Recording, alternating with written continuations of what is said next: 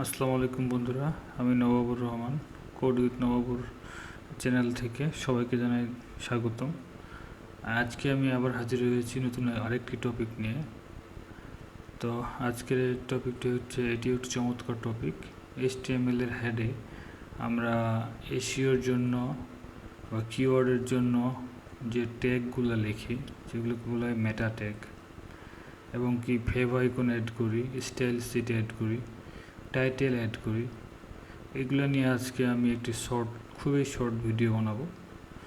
আমি চাচ্ছি যে প্রতিটা টপিক নিয়ে যাতে আলাদা আলাদা করে আলোচনা করা হয়, এতে করে সবারই তাড়াতাড়ি আয়ত্ত করতে সুবিধা হবে। তো চলুন আমরা প্রজেক্ট ফোল্ডারে চলে যাই।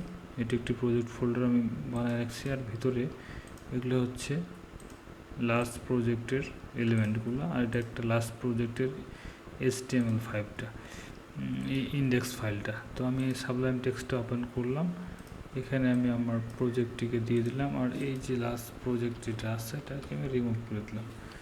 তো চলুন আমরা কোড শুরু করে দিই। এখানে আমি একটা সিম্পল HTML টেমপ্লেট নিয়ে আসবো। এটা সম্পর্কে আমি অলরেডি বহুতবার বলছি, আর বলতে চাচ্ছিলাম না। তো যাই হোক, আমি আজকে আলোচনা করব এখানে যা কিছু লিখি আমরা, এগুলো নিয়ে একটু শর্ট আপনাদেরকে আইডিয়া দেব। তাহলে আমরা যখন বড় প্রজেক্ট ধরবো আপনাদের সুবিধা হবে এগুলো সম্পর্কে কাজ করতে। তো যাই হোক, এখানে আমি প্রথমে কি করব, এখানে আমি প্রথমে মেটা চার্ট শিটটা অ্যাড করব। মেটা চার্ট শিট UTF, তারপর এখানে আমি অ্যাড করব মেটা নেম দেব এখানে আমি ভিউ পোর্ট। আমি পরে বলতেছি এটার কাজ কি। কন্টেন্ট উইথ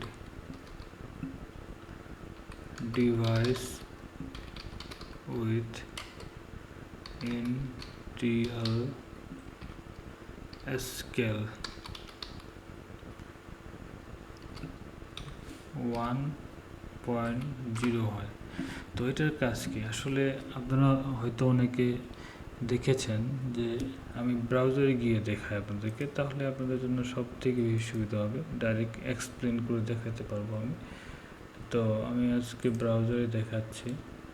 আমি কি দেখাবো, মনে করুন আমি দেখাচ্ছি GoldBridge consulting.com। আচ্ছা, এটা যদিও ওপেন হচ্ছে না, আমি তাহলে অন্য একটা দেখাই। আমি W3 স্কুলসকে দেখাই, বা এই সাইটে কি দেখাই। আপনারা দেখতে পাচ্ছেন এটি একটি আমার ক্লায়েন্টের সাইট, আমি করে দিচ্ছি এটা আমার ক্লায়েন্টকে। তো এটি একটি হচ্ছে ল রিলেটেড, আইন রিলেটেড ওয়েবসাইট। তো এটা দেখতে পাচ্ছেন আপনারা ডেস্কটপে এরকম দেখাচ্ছে, অনেক বড় মেনু দেখাচ্ছে। এই যে এখানে একটা মেনু দেখাচ্ছে, এই কন্টেন্টগুলো দেখাচ্ছে। এখন যদি এটাকে আমি মোবাইলে দেখতে চাই, তাহলে এখানে যদি ব্রাউজারটাকে আমি মোবাইল ভিউ মোডে করি, এখানে ক্লিক করে ইন্সপেক্ট করলাম, করে এই যে কোণাটা আছে, অথবা এখানে রেসপন্সিভের এই যে রেসপন্সিভ, এখানে মোবাইল ভিউ আছে। এই যে দেখুন, এখন যদি আমি এখানে অ্যান্ড্রয়েড মোবাইল থেকে দেখি, এটা কি, আমি চলুন আইফোন থেকে দেখি। এটা iPhone 11 Pro Max, এটা হচ্ছে iPhone 11 Pro Max-এর ডিসপ্লে সাইজ। দেখেন, আমি এটা আরেকটা ট্যাবে ওপেন করি, দেখুন এদিকে ডেস্কটপে দেখাচ্ছে এই মেনুটা একরকম, আর এখানে দেখেন ডেস্কটপের জন্য দেখাচ্ছে এই মেনুটা। তো তারপর দেখি আমরা যদি ট্যাবে দেখতে চাই, আমরা ট্যাবে যাব। এখানে ট্যাব মোডে সম্ভবত নাই, একটা আছে, থাকার তো কথা আইপ্যাড। এই যে আইপ্যাডে দেখেন, আইপ্যাডেও কিন্তু এরকমই দেখাচ্ছে।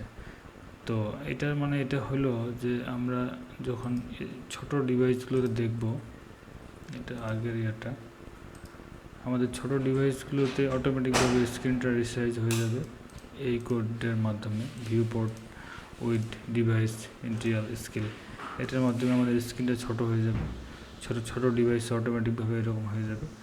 তারপরে তো এই মেটা ভিউপোর্টের মাধ্যমে যে কোনো ওয়েবসাইটকে রেসপন্সিভ করা হয় সেটা মিনিমাম 4 থেকে 5টা ডিভাইসে সাপোর্ট দেওয়া হয়।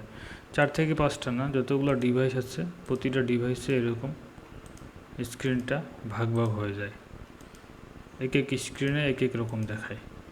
তো এটাকে বলা হয় রেসপন্সিভ ডিজাইন। আমরা প্রতিটা ওয়েবসাইট রেসপন্সিভ করব, আর সিএসএস ফ্রেমওয়ার্ক ইউজ করলে অটোমেটিক রেসপন্সিভ হয়ে যাবে, এটা নিয়ে টেনশনের কিছু নেই। আগেকার ওয়েবসাইটগুলো কাস্টমভাবে রেসপন্সিভ করা লাগতো, এখনকার মোস্ট অফ 90% ওয়েবসাইটই হচ্ছে আপনার রেসপন্সিভ হয়ে যায় অটোমেটিক।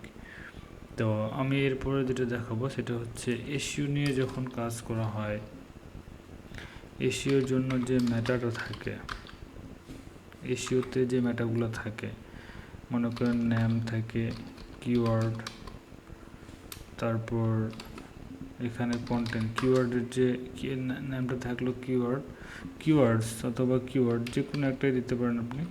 এখানে কিওয়ার্ডগুলো আপনাকে দিয়ে দিতে হবে। মনে করেন দিলাম HTML, CSS, JS, React, PHP, MySQL, Python, এগুলো হলো কিওয়ার্ড। তারপর সেম অবস্থায় আমি যদি দিই আরেকটা ম্যাটার নেম, এখানে আমি দিলাম ডেসক্রিপশন। এখন এই ওয়েবসাইটের আমি একটা ডেসক্রিপশন দিতে চাচ্ছি। This is a basic HTML website. তারপর চলুন আমরা আরেকটা ম্যাটার, এসইওর ম্যাটার নিয়ে আলোচনা করি। সেটা হচ্ছে নেম দিলাম অথর, আমি দিলাম অথর। এখানে আমি কন্টেন্ট দিয়ে অথরের নামটা দিয়ে দিলাম, মনে করেন আমি দিলাম নভেম্বর। আচ্ছা, সুন্দর। তো এখানে মোটামুটি এসইওর জন্য যে ম্যাটারগুলো বেসিক লেভেল যে কয়েকটা আমি দিলাম, আরও আছে অনেক কিছু দেওয়া যাবে, জাস্ট আইডিয়া নেওয়ার জন্য আমি দিলাম। তারপর আমরা এখানে স্টাইল সিট অ্যাড করতে পারি, তারপর ফেভিকন অ্যাড করতে পারি। মনে করেন আমি একটা ফেভিকন দেখাতে চাচ্ছি, তাহলে আমি কি করব? ফেভিকনটা যদি দেখাতে যাই তাহলে আমি এখানে করব লিঙ্ক দিয়ে আমি এইখানে আইকনটার একটা নাম দিয়ে দেব, আইকন দিয়ে দিলাম, নাও দিতে পারেন। আর এখানে আমি ওইটার লোকেশনটা দিয়ে দেব, আর টাইপ আমি দিব টেক্সট এক্স আইকন। আমি চলুন একটা ইমেজ নিয়ে আসি। আমরা যে ওয়েবসাইটটা ওপেন করছি সেখান থেকে যদি পারি, এই যে এই আইকনটা, আমরা যদি এই আইকনটাকেই কপি করি ইমেজটাকে, তাহলে কেমন লাগবে? কপি করলাম, কপি করে আমাদের ব্রাউজারে আমি যেখানে পেস্ট করি, আচ্ছা আপাতত আমি দিয়ে দিলাম, জানি না কেমন দেখাবে। আর এখানে আমি ব্ল্যাঙ্ক রাখতে চাচ্ছি না, একটা H1 দিলাম, বেসিক HTML টিউটোরিয়াল।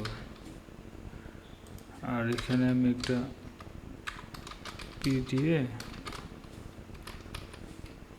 কিছু টেক্সট জেনারেট করলাম। এখন যদি আমরা এটাকে দেখার জন্য ব্রাউজারে ওপেন করি তাহলে কেমন দেখাবে চলুন দেখে আসি।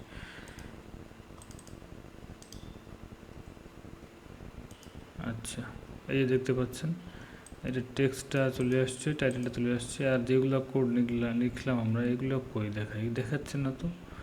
তার আগে আমাদেরকে আমরা এখানে একটা টাইটেলও অ্যাড করা দরকার ছিল আমাদের। টাইটেল টাইম না, এটা হচ্ছে টাইটেল